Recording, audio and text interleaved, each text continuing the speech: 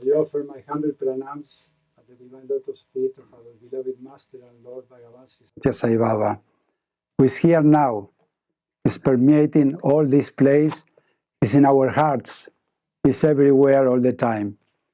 So I offer my love to all of you. I offer my pranams to Sai in your hearts. It's for me a real honor to be here. I'm very grateful to Swami for this opportunity to meet with you presentially and to be able to share with you the experiences he granted me. And I will try also to speak a little about his message and some practical guidance he has given us how to conduct our life as spiritual aspirants. Can you hear me well? Okay. Usually I speak with a microphone, that's why I'm not sure if you can hear me. Well, I will talk again on Saturday, and I hope all of you will be there. And I will speak not only about the occasion of celebrating Swami's birthday, but I would like to give the theme of this call as the following theme will be, we are not aware enough. And I think this is very important, because if we were aware enough, then we would be smiling all the time. We'll never be worried. We'll never be anxious. We'll be at peace all the time. And we are not living in that state of mind. That's because we are not aware enough. We are not aware of how lucky we are, how incredibly good karma we have. To be born as a human being out of these millions of species, to be born in this planet at the time when an avatar comes, to be born in this planet when an avatar comes and be already interested in the spiritual path. It's even more difficult. And not only that, to be born as a human being, to be born at the time of an incarnation of God, to be the spiritual path, and to have been called and chosen by Him as His disciples. We should not think ourselves as devotees, because this is a title that Swami can grant. We should not care about that, because a real devotee is not the one who loves Swami, who loves God. A real devotee is that person who lives in such a way that deserves God's love. This is the important thing. So we need to see if we are deserving God's love. We have to reflect every day what we have done. We have to divinize our life. That means we have to divinize our feelings, our words, our actions. And we can do that when we put these feelings, these words, this action through the filter of, will this please God? Will this please Swami? What I have just said, what I am feeling, what I'm doing, will please Him, will be accepted by Him? If we remember this all day long, we will be living in the right way. And then we will be advancing in our spiritual awakening. I always think that what Swami wants from us is to awaken, and to awaken to who we really are. He wants two things. As the same way that we have two legs to walk, in the spiritual path we also have two legs. One is to increase our sadhana, to have more insight, more determination, more conviction in our sadhana. Not doing as a routine, something that I have to do. Like the people from the Christians, they think, I have to go to the church on Sundays. And they feel that's enough. I fulfill my duty to God. We need to be with Him every day. So what we need to do is to intensify our own sadhana. At the same time, the second leg is, how can I help more people to awaken, to advance in their spiritual awakening? If we do only one thing, we will not be able to walk. We'll remain in the same place. We will fail. We have to do both things. The real spiritual path is when we do the two things at the same time. we cannot, and you say, you know, Swami has never sent someone to the Himalayas or to a cave to meditate. He said, be in the world. Don't let the world be in you, but fulfill your duties, do service. And he said that the highest service you can do is to work in this organization. Why? Because it's the perfect place where the teachings of God, of the Almighty God, has been given for us, for ourselves, and for the whole humanity. He has come to uplift the consciousness of all humanity. I always say that the most perfect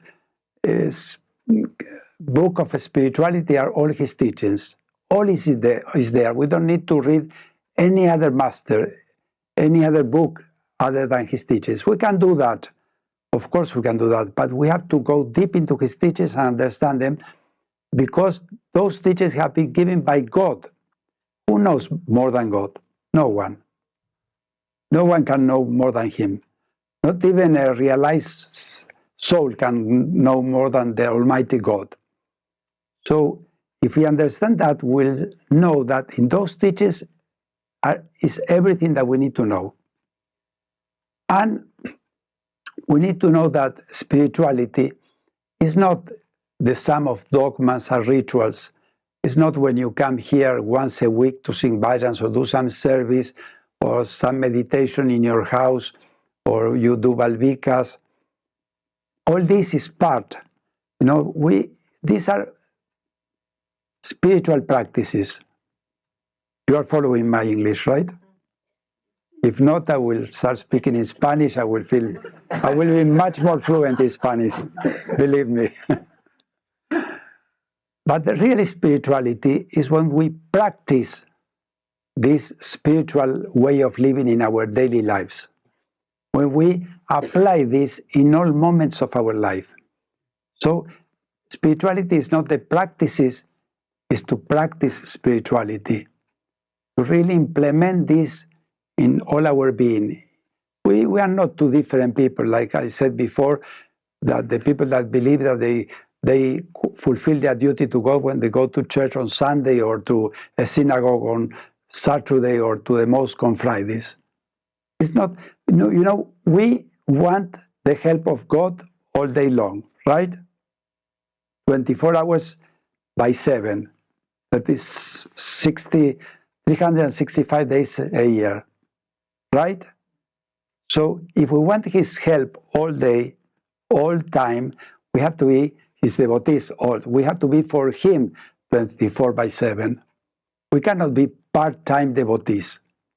And what means not to be part-time devotees? Not only to come here sometimes, or not only to do some meditation sometime, means two things. Means to live in his constant presence. You know, when you wake up in the morning, you have to wake up and believe that he was sleeping by your side. And the first thing you do when you wake up, turn your face and give a kiss to him and tell him, good morning, Swami. Thank you for staying with me all night.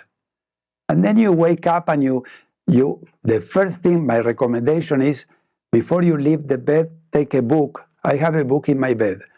Not only by the table, I have it on my bed. The first thing I do in the morning, I have to read something. And the same thing when I go to sleep in the night. So you start the day thinking about him, reading about his message. Then you feel that he's going with you to have breakfast, to wash your teeth, and then have breakfast.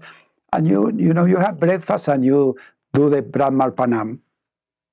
You may do two things. Repeat it by rote. No, you Brahmarpanam, Brahmahavir. You may understand what is the meaning, or you may really understand the meaning. What do I do after singing Brahmarpanam? I feel that Swami is sitting in front of me. And I eat in the morning granola, and in a bowl, I raise the bowl and I offer it to Swami's picture. And I wait for him to take a little. And sometimes I'm like this, I'm really getting tired. But if I don't feel that he took a little, I remain like that.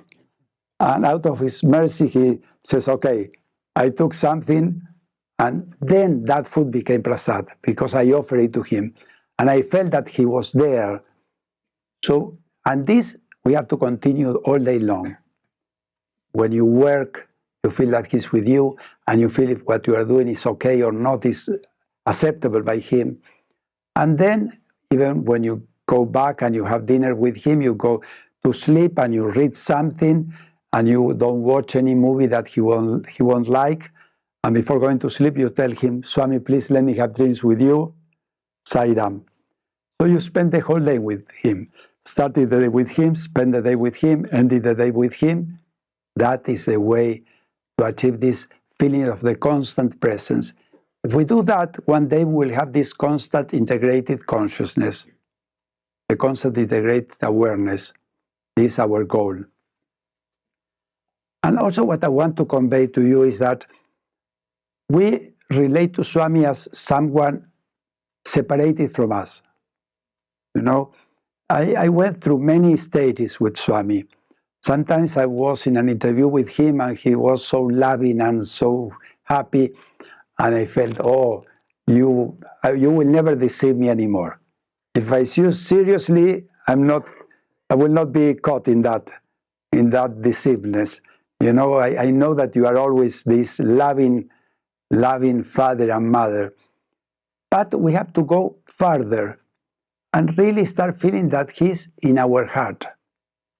And then go even further, not only feeling that he's in our hearts. Because if I feel that he's in my heart, I feel that he's separate from me. The avatar, came and in a subtle way seated in my heart. I need to realize that really he and I are the same. I am him. But we need to go not from an intellectual level, really feel that. This should be our goal. To reach that goal, we need to do a lot of spiritual practices. We need to adopt this spiritual way of living. I always give the analogy of cleaning a window. I always said, imagine there is a window here, and on the other side of the window is God, is Swami, standing. And he says, okay, if you see me through the window, you will awake. The moment you see me, the dream will be over. But the problem is our window, that means our mind, is dirty. That's why we cannot see him. So he tells us, clean the window. And we clean a little with our spiritual practices. We meditate, we do service, we come here to sing bhajans, we clean the windows. But then in other parts of our life, we are dirty to the window. One step forward, two steps backwards. We need to always clean and never add dirt. That is a spiritual way of living. What is to add dirt? To add dirt is when we let these bad qualities to predominate in us. And these are our real enemies. You know, we need not to fight with the world. We need to fight against those bad qualities that come to our mind so often. You know what are they? The 6: anger, you know, jealousy, envy, infatuation. We need to be alert and don't let them overcome us.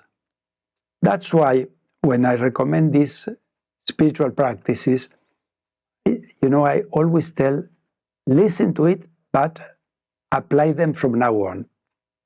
You know, last time when I spoke with you, I don't know if you remember the example of that person in the veranda when Swami came and told him, don't drink any more tea or coffee. And the person replied, Swami, at this moment I stopped drinking tea or coffee forever. It's not that you should not drink tea or coffee. That was for him, but this is the attitude. Once you understand something that Swami has said, or you have read something and you see, yes, this is right, you say, I will do it forever. No, you cannot be weak. The spiritual path is for brave people. And if you are here today, it's because you are ready. If not, you wouldn't be here. So you must understand that you are ready.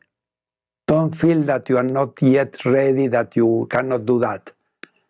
So all in the spiritual path is a combination of two things, consciousness and willpower. These are the two necessary things for us to advance.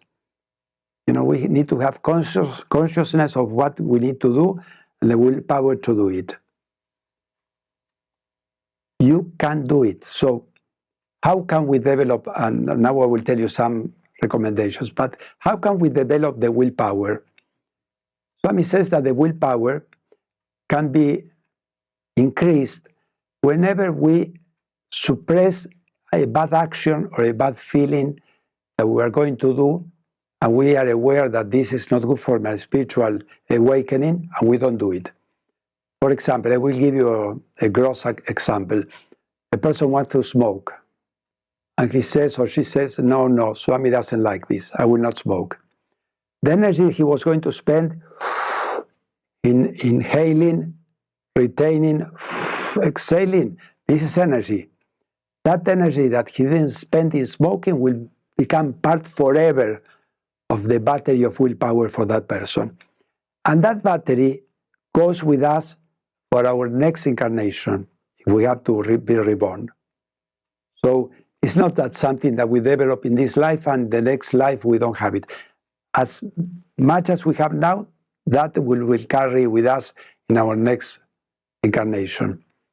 So we need to develop this with awareness. Now, for example, I will tell you what you should not do anymore, okay? And you will not do it anymore, right? From this moment onward, right? Yes. Okay, be prepared, because you have committed. One day I said I will never eat any more refined flour or sugar. I never ate it again. So you have just entered into a big problem for yourselves. First recommendation, never again get angry, no matter what. When you get angry, you are angry with God. Because whatever happens to you is because God willed that to happen to you. It didn't happen by coincidence. You must understand that, in the Bible it says that not even a blade of grass moves without the will of God. So how could something happen to you without His will? And makes any sense to be angry with God? No, with God we must be always happy and look for His love, not for His... He says, what are you angry with me? Whatever happens to us is because of two reasons.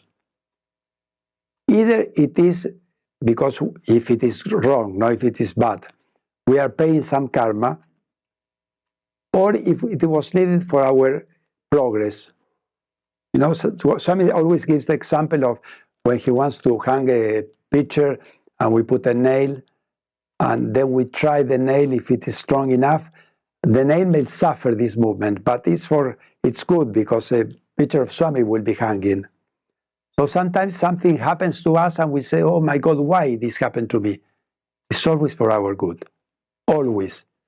Either we paid karma or it's for our progress. Or if something is good, it's good, right? So from this moment onwards, you will never get angry again, right? Okay. Second advice, never again criticize another human being. When you criticize another human being, you are judging that person. How can you judge? How can you know the past, the present, or the future? And second, Dr. Reddy, you are very lucky also because you have him here. And I really don't know any more people that know Swami's message better than him. He had an incredible interaction with Swami. He has an incredible memory. He has really understood Swami's message. So take advantage of him. And what I tell you is, he has said also, he has told me that something I didn't know, that Swami said that whenever you criticize someone, you take the bad karma from that person and you give that person your good karma.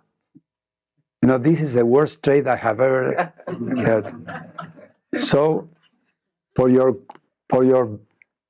benefit, don't criticize another human being again.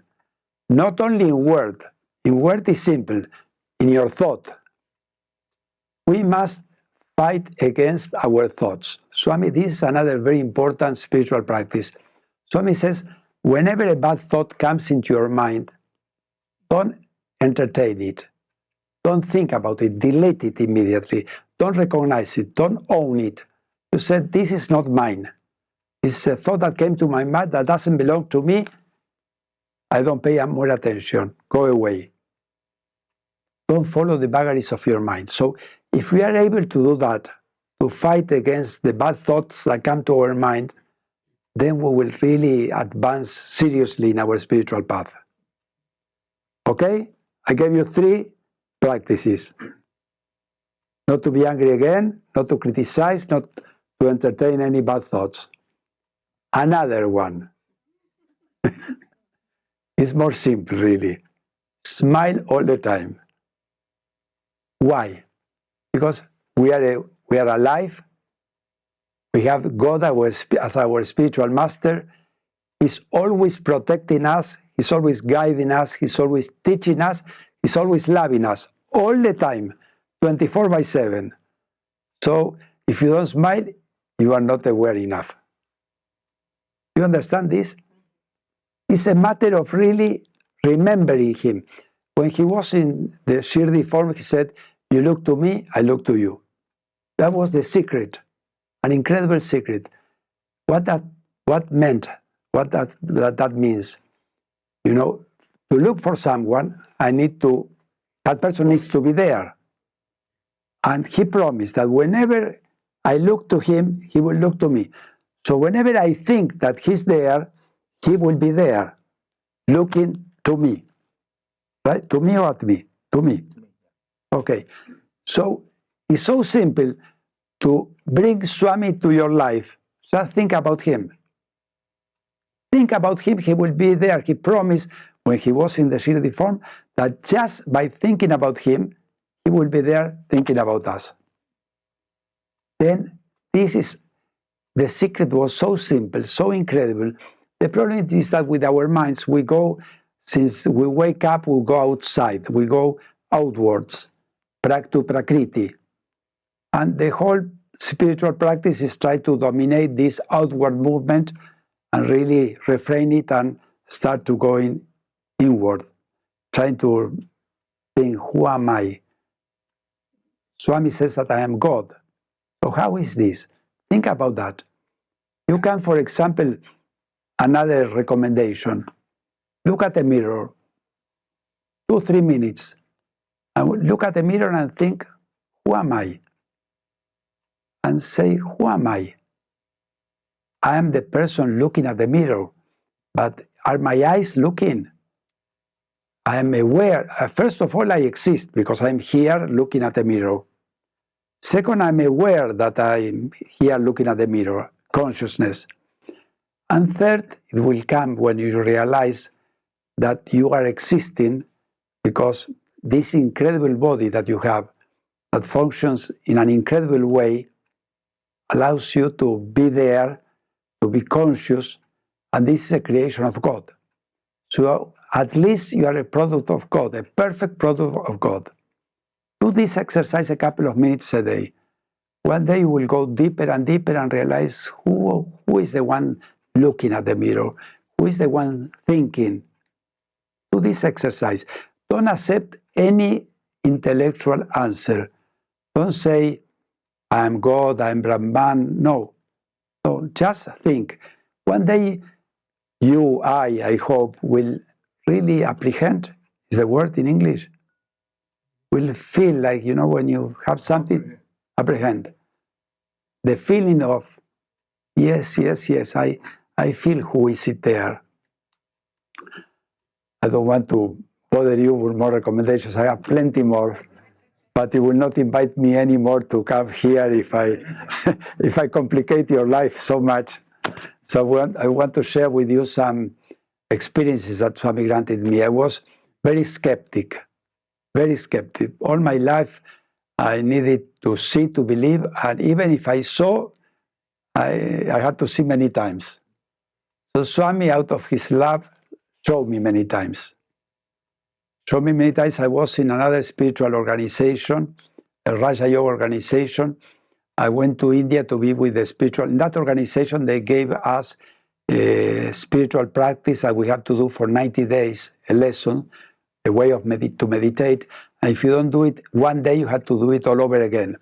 It took me 2 years to fulfill 90 days. I didn't have the willpower to do it.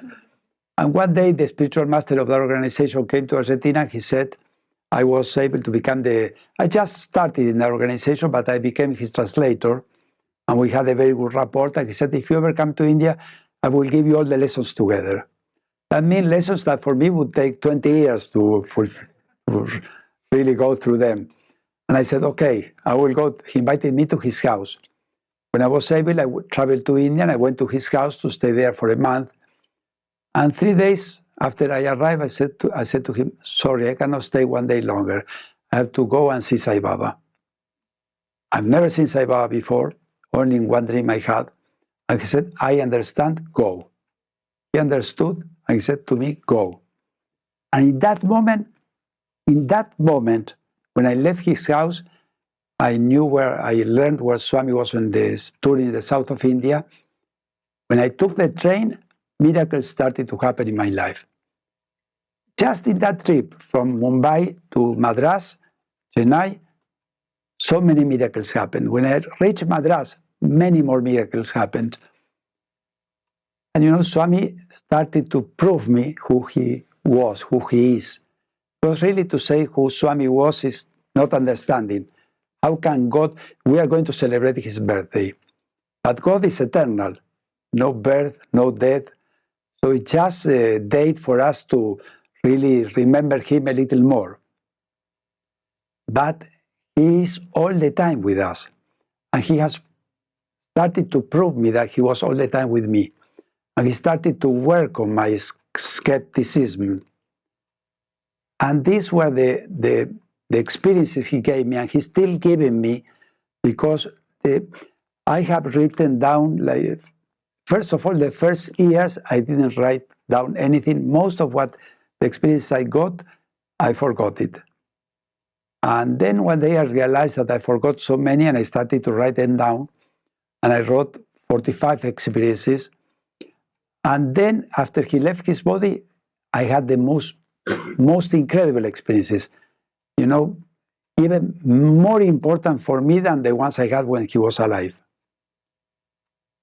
But I had so many, all kinds of things. Sometimes I tell you, I will share with you some, but it came to my mind just now, very simple, but it's not simple. I was in the Sai Center giving a talk like today. At the beginning, in the Sai Center in Buenos Aires, every week we had bhajans twice a week, and we still have Thursday and Sundays. And then study circles on Wednesday and activities every day of the week. On Fridays, we have these meetings for newcomers. So we show them a movie, and at the beginning, we explain a little, we show the movie, and then I went to the front to speak and answer any question. And I was in one of those days, and I was talking, and suddenly a butterfly, an orange butterfly came and stood on my finger. And I look at it, but then it flew from my finger to the shoulder of the person who was having the projector. And that person told me that when he saw the butterfly, he said, Swami, it is you? And in that moment, he thought that the butterfly flew from me to him.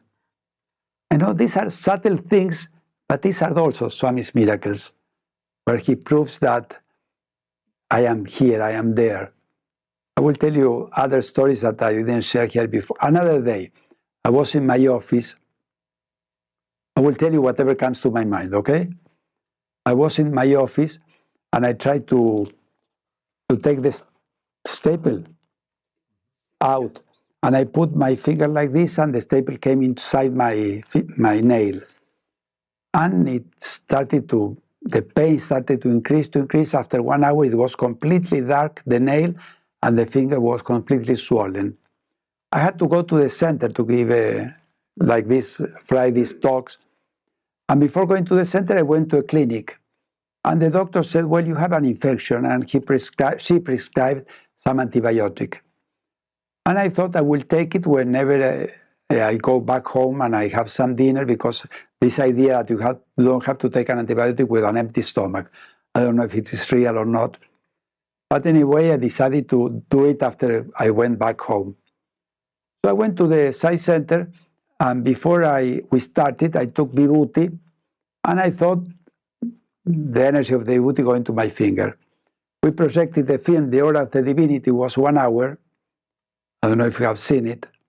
And when the film ended, I went to the front, and I stood and started speaking, and I looked at my finger, and it was like now. The swelling had completely disappeared. The nail that was completely black was pink like now. In 1 hour, the Vibhuti. These things, I say, thank you, Swami, thank you, Swami, thank you, Swami. One day, I was in the Prashanti Nilayam. We were starting this organization in Argentina. Very few people there, but with a lot of energy.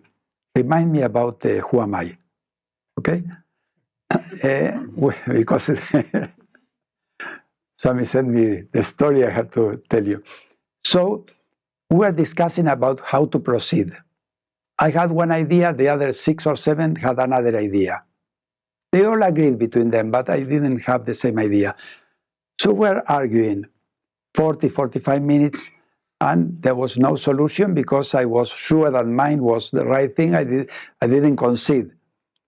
And suddenly I realized that the time was going on, and I asked Swami within myself. Other person was speaking, and I said, Swami, what should I do? Should I shut up and give one step backwards, or I continue?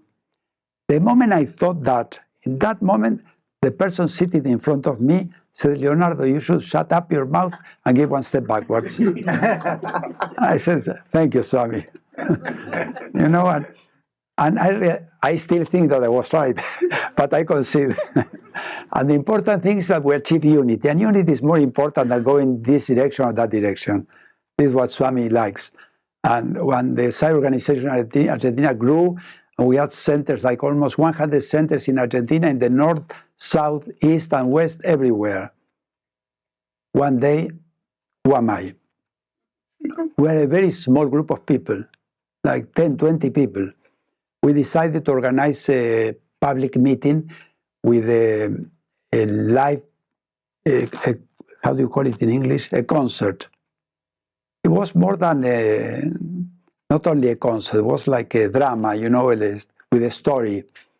And very popular artists, very well known in Argentina and in all Latin America, decided to participate. Some of them were Sai devotees, and created songs for that concert. And the theme of the concert was, who am I? We're 20 people.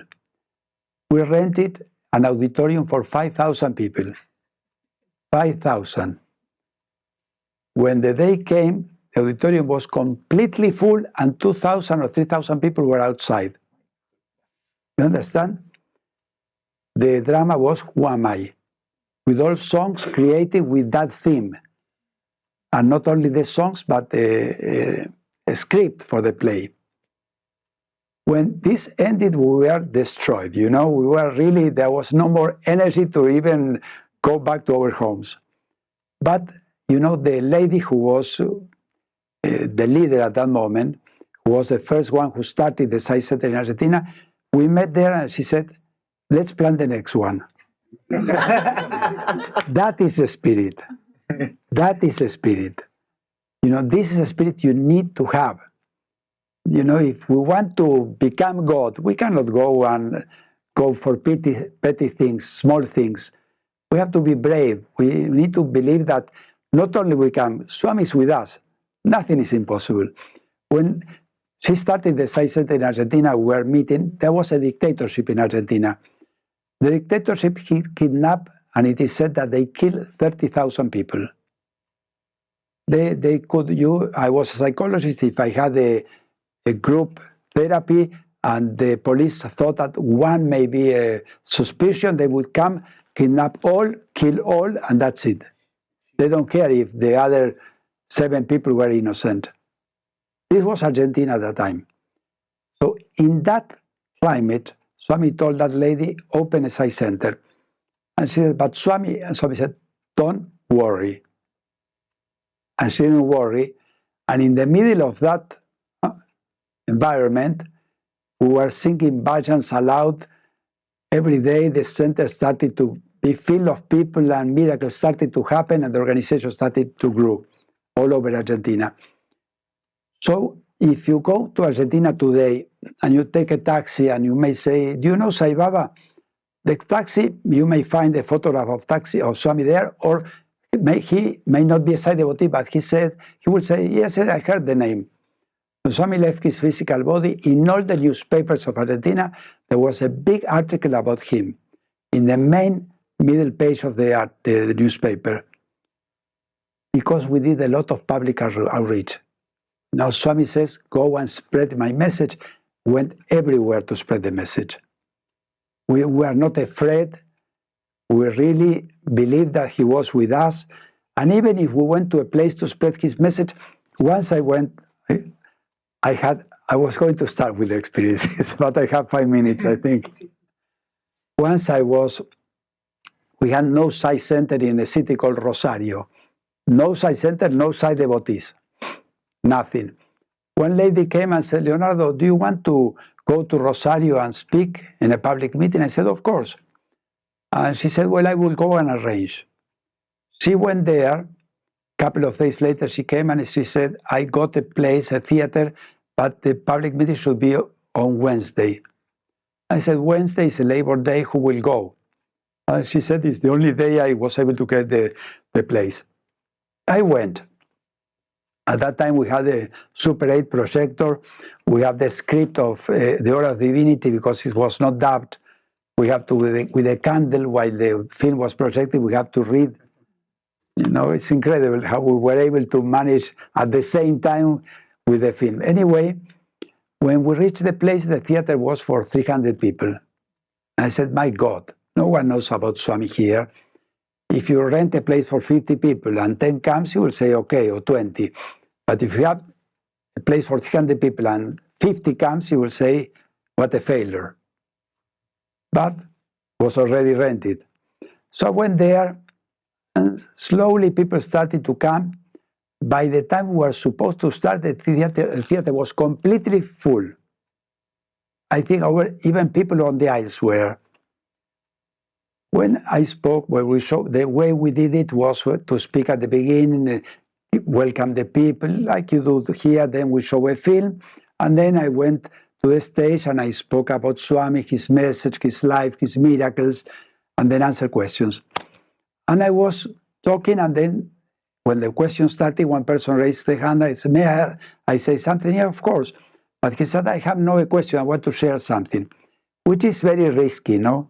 Because sometimes the people started to speak about their own path and try to proselytize there. But I said, of course, speak.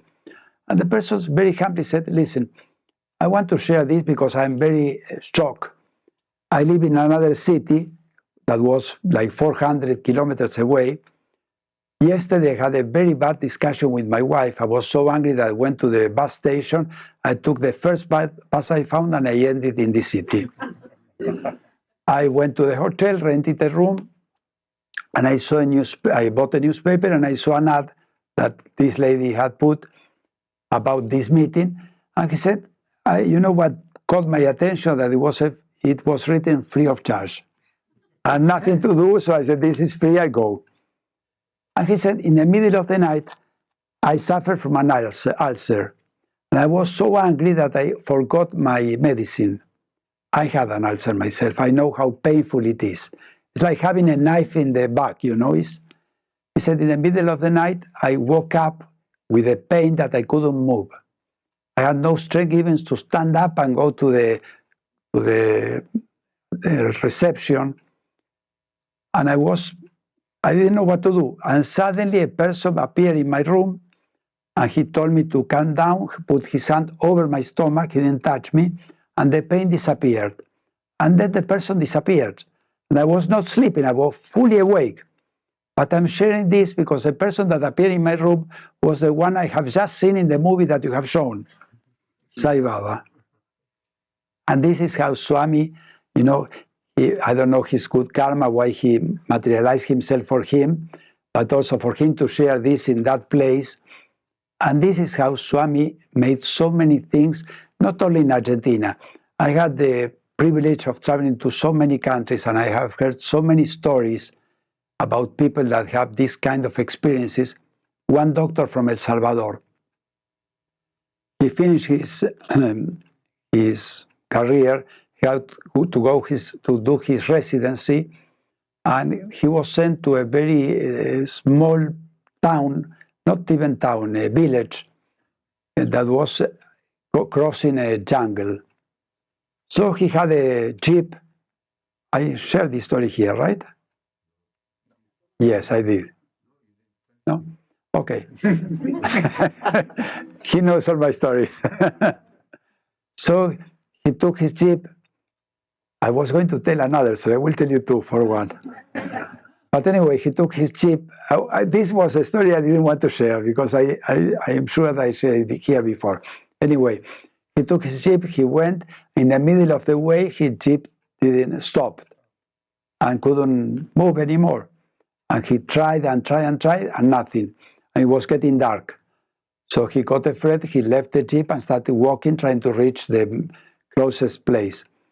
And it went all dark, and after a while he heard some noises of natives, completely drunk, with machetes, screaming. And he thought they were going to kill me. And he asked help. He said, "God help me." And in that moment he said, "God help me," another jeep appeared. All these hours before, no one car. When he said, "God help me," another jeep appeared, stopped by his side, and told him, "Come in," and took him to the village where he had to go. He never said anything to him, and left him in the door of the place where he had to go. When he got down of the jeep, out of the jeep, he said he would try to give him money. He said, no, you don't need to give me anything. He said, "At least tell me your name." And the person told him, "I'm your midnight friend," because he appeared at midnight. And he left. Several years later, that doctor found in a bookstore in the city where he lived a book with a photograph of the person that was driving the jeep. It was Bhagavan Sri Sathya Sai Baba. This is Swami. This is Swami doing miracles all over the world. All over the world. We speak about Kawan resurrection. Kawan resurrection. One day it was Mahashivaratri. In Mahashivaratri you try to fast, or at that time I said I will do a vow of silence.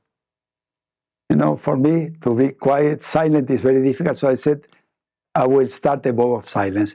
I went to Darshan. At that time I sat on the sand and I was with my vow of silence, and suddenly I turned and I looked, the person who was sitting by my side, I said, "Why are you here?" When I spoke, I said, "My God, what I'm doing." At that time, there were a few Westerners, and if any Indian people find you, they will say, "How are you here?" Because for them it was so strange, Westerners being there. But I asked him, I said, "My God," not only I spoke, I opened the door for him to speak to me. And this person was so humble, he said, "Well, I'm here because a few days ago I died." He was in a hospital in the north of India. He had an anaphylactic and crisis, and he died. His cousin was in the ashram, and when he died, Swami called his cousin to an interview, and he told the cousin, "Your cousin has just died. I will bring him back." And he came back. And when he came back, he decided to go to India and to see Swami. And I was there sitting by his side and asking him why he was there. And Swami made me speak to know that he has resurrected so many people that we don't know. Now, we know about Kowan's experience, but we don't know about millions of experiences. That people that they don't write books, they don't say anything, but they are there. One day, before, I will tell you one of the ones that you know, but I want to repeat. But this one personal experience, but this one, there was another doctor that went to India. Swami gave him an interview and materialized from Latin America, also from Guatemala. He materialized a ring for him and tried to put the ring, and the ring didn't go. You know, Swami usually blew the ring and then it goes. Swami blew it? No. I said, you know why it doesn't go? Because you don't want the ring. So he blew and the ring became a bracelet. A very big. And that doctor started to cry and to cry and to cry. Later he told us that he cried because many years ago he wanted to buy exactly that bracelet. But at that time he was starting his career, and instead of buying that, he bought something for his daughter. He didn't have enough money, so he said, I will not buy this for myself. He bought something for his daughter. And I don't know, 10 or 15 years later, so I materialized the bracelet that he has sacrificed for his daughter. Swami knows us completely, knows our past, our present, our future. You know, I will end. Do I have time? No? So I end now here, because this was going to be a very long experience. But, you know, I will just say these few words. I will say the story. No, I will make it very short. You know, I was in India, and this was my 4th trip to India. And by that time, since my first trip, I started to go everywhere in Argentina and all the neighboring countries to speak about Swami. I felt that if I was born 2,000 years ago with Jesus, and I would come back to Argentina from Palestine, I would try to share with everybody, Jesus is in Palestine, go and see him. So I said, if now I know that God is in India, I have to share to everybody, go and see God. So I went everywhere. But on my 4th trip, I was in the ashram. I was walking to my room in the night, and I thought, is he really God? Is he really Parabrahman? I thought. He is good, he's a divine being, but God, the Almighty God. And I went to the room and I said to myself, I cannot speak about you, that you are God to other people, if I'm not completely sure. I would be an hypocrite, telling other people something that I'm not 100% sure. But at the same time, I wanted to share about him. My whole heart wanted to do that. So I was in the room with this incredible dilemma, and I said, who put this doubt in my mouth? You did it. Who will solve this? You will. And then I thought, how? And suddenly it came to my mind, I know, if you make a watch for me, if you materialize a watch, I will believe that you are God. And I said that you are Parabrahma, Brahma, Vishnu, and Shiva all together in one. This is what I said. And then I went to sleep, and I had a watch that I liked it, and it was a hand-wound watch. It was beautiful, so slim, I love it, but never on time. So I used to go to the watch stores and look at the quartz watch and said, these are really on time, but I like mine, I didn't change it. So after asking this Swami, I put the watch near my mattress, took a shower, went to sleep, and in the middle of the night, Swami appeared in my dream and told me all what happened with me, that I liked this watch, I wanted to change it, I didn't change it. All what it was happening to me, he related to me, narrated to me. And then he told me, I will solve your problem. Your watch has appeared. It was so strong that I woke up in the middle of the night and I stretched my hand, and the watch was not there. I stood up, turned on the light, the watch was not there. I remember how I put it. You know, I'm a little obsessive. I know how I left it near. It was not there. And my heart started to beat like I challenged Swami and now he's punishing me. Instead of giving me a watch, he's taking mine. In the morning, I went for darshan. I will make the story short. I went for darshan, Swami came, called me for an interview. In interview, he looked at me, a watch, and gave it to me. But when he reached me, the hand continued and gave it to a boy who was behind me. This is a divine humor.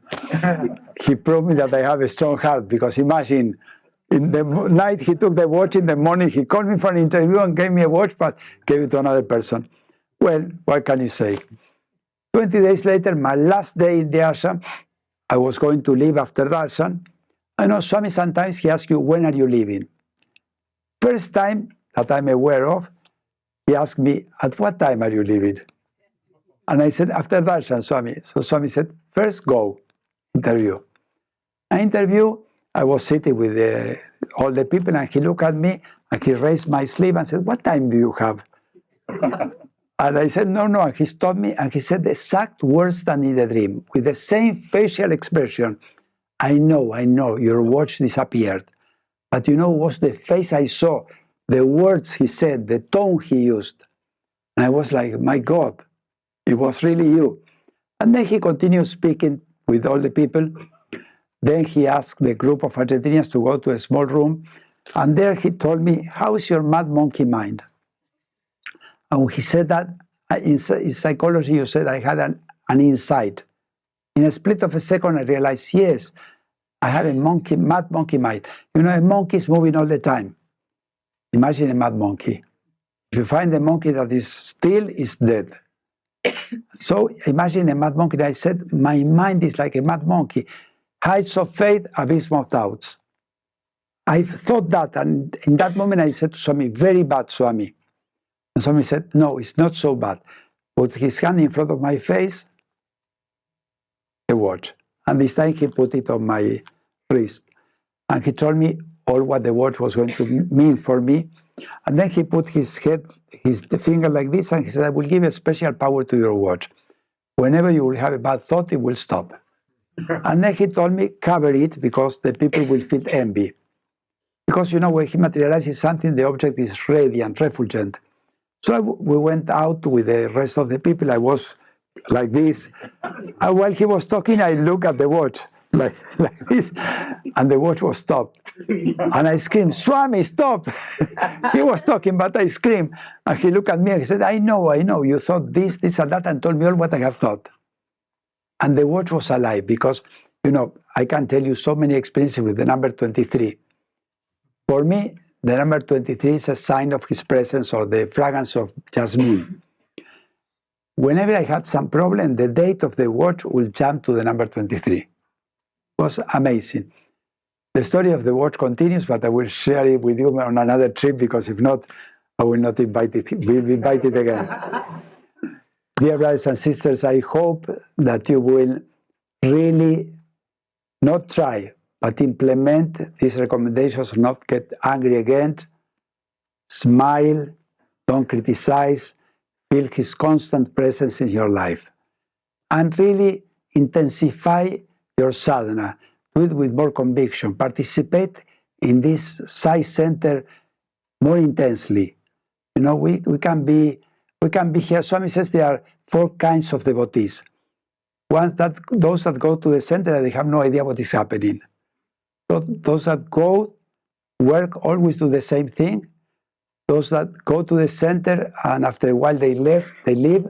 And those that every day they work more and more. We have to be that kind of devotees, that kind of members of this center, because we have such an incredible fortune. We have him that has called us, has chosen us, has given us a responsibility and a duty. He said, I have selected you as my devotee, as my disciple. Now, do your part. So, may all of us do our part better and better each day. Thank you very much. Bye.